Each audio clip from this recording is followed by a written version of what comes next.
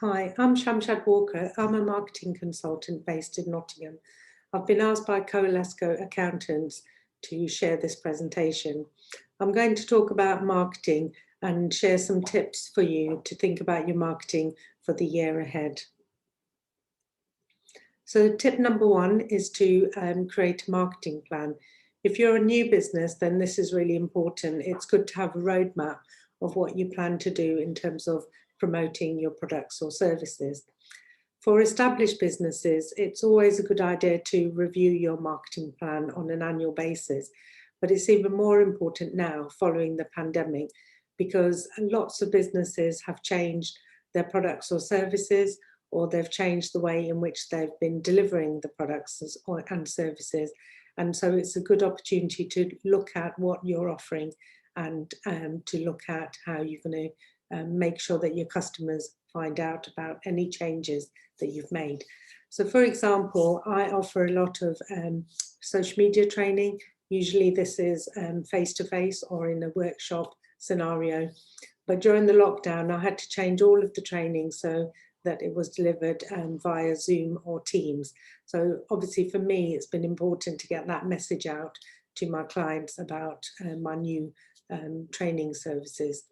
So step one, identify your product and service and be clear about what it is that you're offering now and what you plan to offer for the future.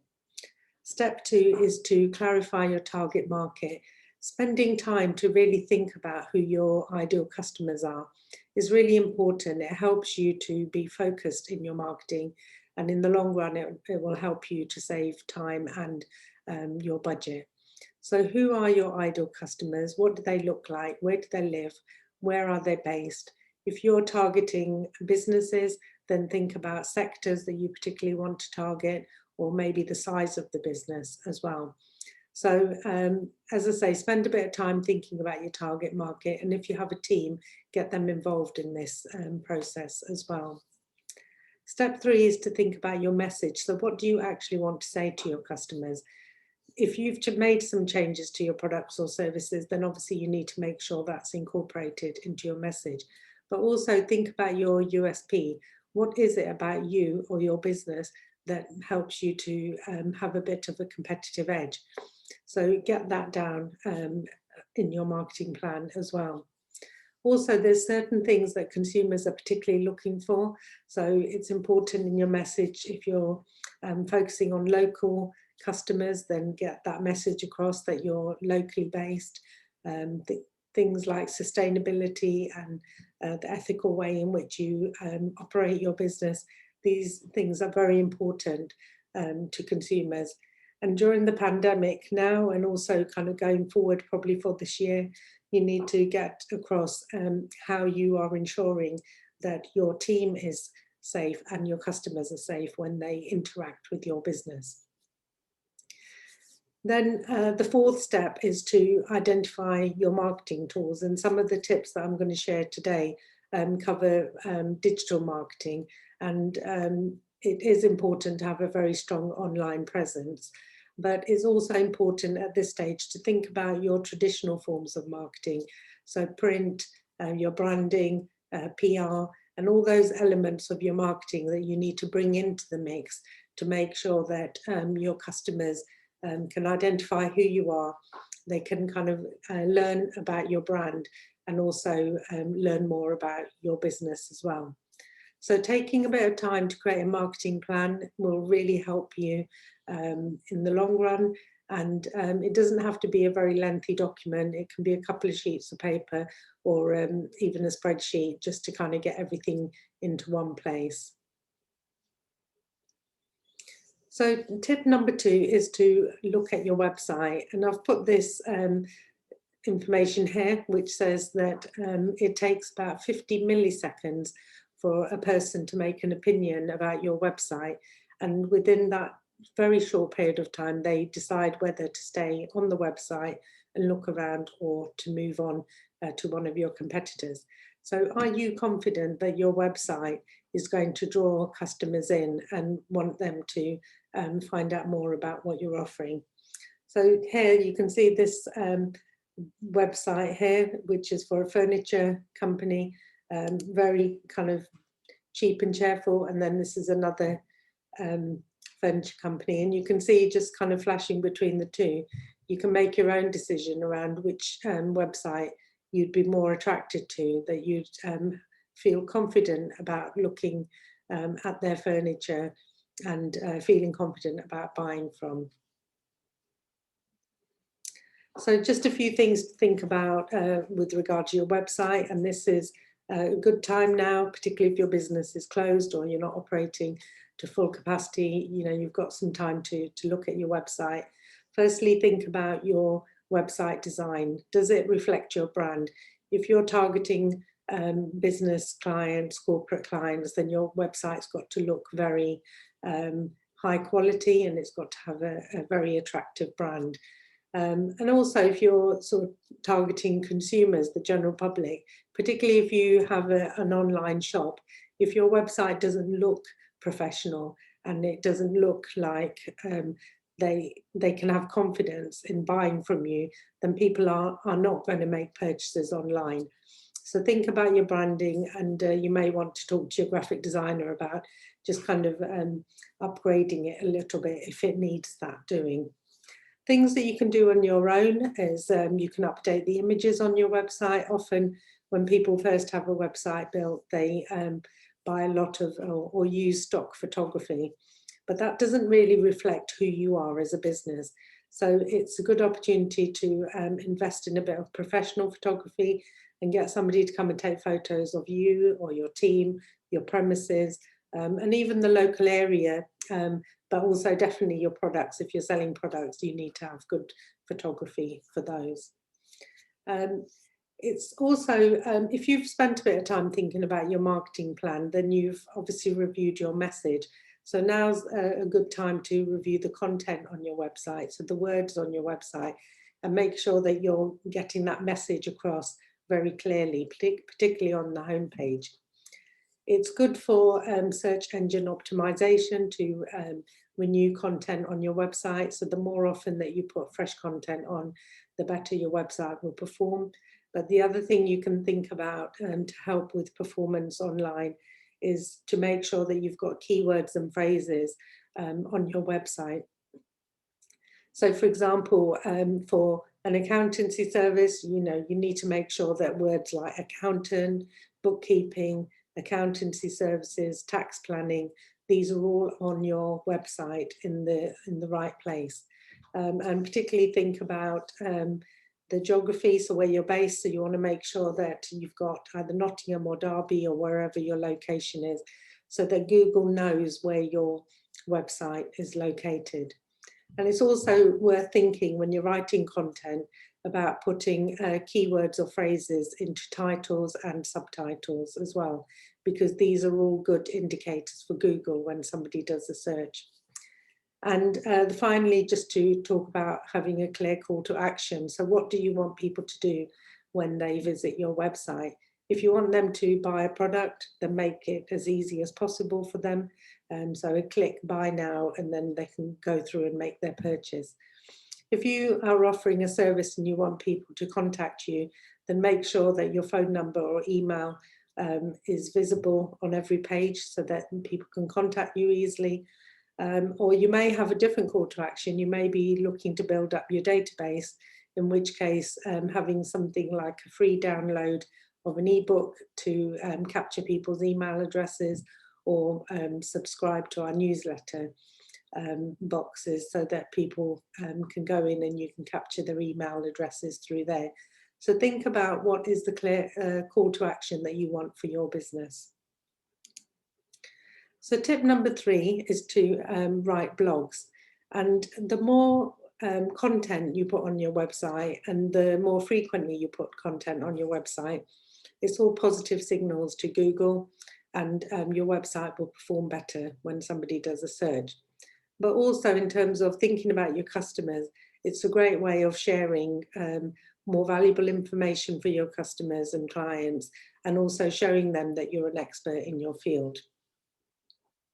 So just looking at the Coalesco website, you can see across here the bar, you can click on and look at the blogs, and this is the the blog page. So with some images and then just a short description of the blog. And then if you click on read more, it takes you through to the specific blog page itself, where you can read the article, and there's a clear call to action at the bottom saying contact us if you want any further information. You need to make sure that the blogs are at least 300 words long, because that helps with SEO. When somebody does a search online, Google is looking for rich content, and it's looking for at least 300 words on a page, which it defines as being valuable and interesting content for the user. So I would suggest that you sit down and write a blog calendar. Think of topics through the year that you want to write about. Make a decision. Are you going to write blogs once a week, once a month, once a fortnight, and then just kind of sit down and get into the habit of creating blogs. So the fourth tip is to set up a Google My Business account. And this is really useful because one is that it gets you high up on page 1 of Google potentially, if you set up your Google My Business profile properly. But the other thing is it's free as well. So it's worth setting up an account. The only issue is if your business address is your home address and you don't want people to have your home address, then just think about what you can do with regards to that. So just to show you how this works, so I did a search in Google for accountant in Nottingham, and you can see these top profiles are Google AdWord campaigns, and then just under there is Coalesco Accountants, which comes up at the top. So you've got all the information there about the accountancy firm, location, opening times. You can add images of your business, and then here you can see a number of reviews, Google reviews that clients have left. So this is really important as well in terms of helping to give people confidence. So if somebody goes to your profile and they see there's lots of Google reviews, then they're more likely to click through to your website, and they're more likely to contact you as well. So set up a Google My Business account. Even if your website doesn't perform so well, you may find that your Google My Business account comes up kind of higher up on page 1 of Google, which is a real bonus. So tip number 5 is social media. Over the past year, more people have used social media than ever before, because people were keeping in contact with friends and family through social media. And so businesses that can get their heads around this and use social media effectively will find that they get some real traction. You do need to make sure that you're using the right platform. So again, going back to your marketing plan, if you've identified your target market, then you can use that to think about which platforms are your target market actually going to be using. So if you're targeting parents, for example, then Facebook is a really good platform to use. If you're selling creative sort of services, or if you're selling products, then Facebook and Instagram and Pinterest are perfect for those. If you're targeting businesses, then I would say LinkedIn and Twitter are your most important platforms. So think about which social media platforms are going to be best for you. And it's not about the platforms that you enjoy interacting on, it's the platforms that your customers or clients will be using. You should be posting on a daily basis if you can, sharing information about your business, sharing your blogs and other interesting articles to show that you're keeping up to date with what's going on in your industry. Try and make the social media posts conversational, and what you're trying to do is nurture your contacts. You're trying to share information that helps to build your trust and credibility, so that when people want your products or services, they will come to you. It's important to think about investing in Facebook advertising, so creating adverts to either boost a post or maybe to promote your page, or there's lots of different options you can look at for advertising. And the reason being that Facebook and Instagram is similar. They have algorithms where they only allow a certain number of people to see your posts. So if you don't create any adverts, if you don't put any budget into Facebook or Instagram, what you generally tend to find over time is that your visibility of your posts decreases. So even just investing 10, 20 pounds a month will make a real difference. And this is particularly important if Facebook and Instagram are your two main social media platforms. If you're selling products, then think about using Facebook and Instagram Shop. Now, you don't have to put all of your products on there, but just a sample. So, for example, if you're a clothing company, you might put 2 or 3 dresses on, you might put a few tops on, you might put a few jeans and a few jumpers. And by having a little selection of your products on there, it helps people that are on your social media account see what type of products you sell, and then they can click through to them and go to your website. And it will definitely help increase your sales. Use hashtags, and it's important to use the right hashtags for your products or services. And it's also worth putting hashtags that relate to your location, because if people are doing searches, then as I say, there is a more of a trend now where people want to shop and buy from businesses that are local to them. So make sure you put that on. Use good quality images on your social media posts, and videos are brilliant as well, because they really do increase engagement. So just short videos, even if it's just if you own a shop, a little scan of your sort of current range of products that you're selling, or it could be a video of you talking, or even videos of customers or clients giving reviews. And finally, just to get the most out of your social media, you should be responding to others. So comment and share other people's posts. They will do the same back to you. The more you engage on social media, if somebody puts a comment and you do a reply, it really kind of helps to get that engagement going, and it will increase the visibility of your posts as well. So tip number 6 is to look at emails, and there's lots of different platforms that you can use to send emails out. MailChimp is a popular platform. The thing with emails is that you're looking to keep connected with people that already know you. So these may be customers that have bought from you online and you've captured their email address, or it might be business contacts or clients that you have. You do need to make sure that you do your email marketing, following all the GDPR regulations. Make sure you get consent from customers and clients, and also that you have an unsubscribe button so that people don't feel that you're spamming them. So an example here of Coalesco, they send out regular emails, and you can see here that there's a nice little introduction with some links through to different blogs and events. And then these are the blogs that are on the website, just a short description and a read more button. And then this is the webinar, today's webinar, that you can book onto. And then more blogs and a sort of up-to-date list of webinars that will be coming up soon. All with a very clear call to action. And you can put your social media links there as well. So having a professional email set up in this way and sending it out on a regular basis, so it might be a monthly basis, or it may be more frequently. Just don't send out emails too often, because you don't want people to get annoyed with the frequency.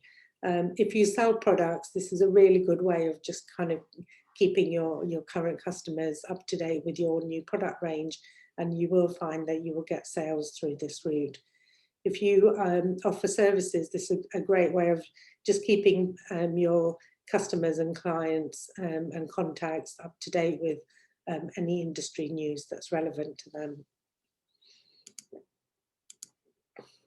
So the final tip is to gather reviews. The more reviews you have online, the kind of more credible that you are as a business.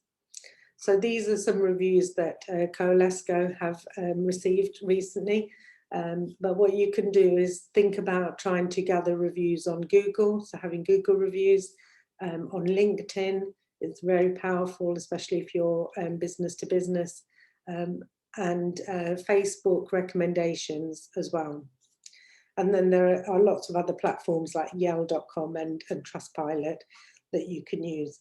So having reviews all over the place is great, because when somebody comes to buy from you, they kind of get a real sense of how good you are as a business and how good your products and services are.